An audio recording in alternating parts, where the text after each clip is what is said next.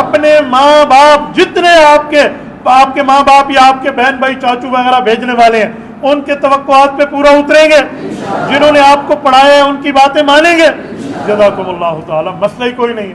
حضرت بتائیں آپ کو پرابلم حل ہوگی. اللہ کے گھر میں وعدہ کیا ہے، یہ وعدہ توڑیں گے تو 3 مسلسل روزے آپ نے رکھوانے ہیں. پھر اللہ آپ کو خوش رکھے، صراط مستقیم پہ رکھے، دین حنیف پہ رکھے. اقول قولی ھذا واستغفر اللہ وآخر دعوانا ان الحمد للہ رب العالمین.